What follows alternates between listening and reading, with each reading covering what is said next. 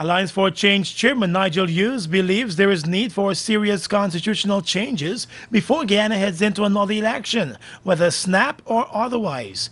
The attorney said the voice of the majority must be given weight. One sees why it is going to be very difficult to go back into any election, whether snap or in 5 years, under the existing constitutional provisions, because we will continue, so long as certain parties adopt this position and disregard conventions, we will continue to have gridlock.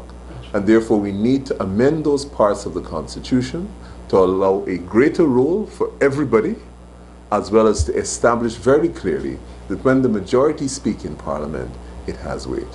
With reference to the recent moves to the court by the Attorney General challenging rulings and decisions in the National Assembly, the AFC chairman said the work of the Assembly must not be taken for granted. The only elected arm of the state, which is the Parliament, not the legislature, not the judiciary or any other, or the executive, the elected arm of the state, which is the Parliament, has made a decision that it has no confidence in a particular member discharging certain functions. That is the highest arm of the state. That is the collective decision of the majority of elected representatives of the people.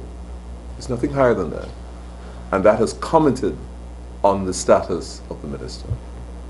And therefore, we would have hoped, it was our anticipation, that as we move forward in this new democracy that we have, that the collective voice, or the voice of the majority, would have some weight and would not be subject to the executive saying, we are going to disregard what the majority of you have said because we believe we have executive power.